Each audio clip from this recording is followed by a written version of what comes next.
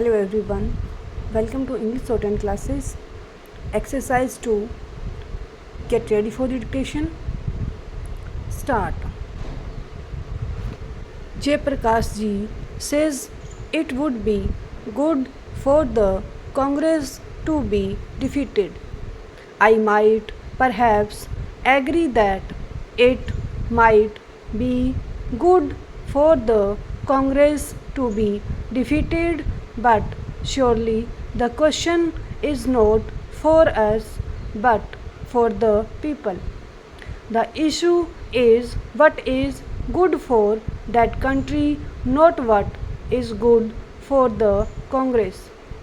Our friends like Jayaprakash ji have got so entangled in their dislike of the Congress that they have forgotten such a things as India and the good of India. It is my belief that if by any mischance the Congress was defeated, it would be very bad for India. I do not say that congressmen are better people than others. There are good men in other organizations. There are patriots in other organizations. It is not a question of personal friendship, it is a question of the national good. Supposed in Parliament, instead of the strong Congress party, we had a dozen or 20 small groups with nobody in a majority. What would happen? There would be no stable government and each little group would intrigue with the other. There would be offers of ministerships for people who gave up a party to join another. This is what inevitably happens when there are all kinds of parties with none having a majority. I can give you instances where countries are failing because of the failure to get a stable government.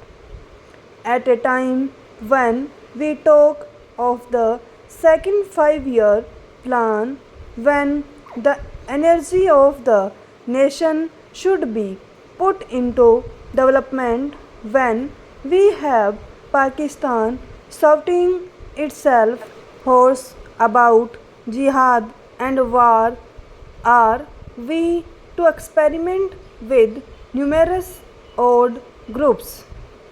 It surprises me and amazes me that a person of good sense should suggest something which totally ignores the facts of life in India today.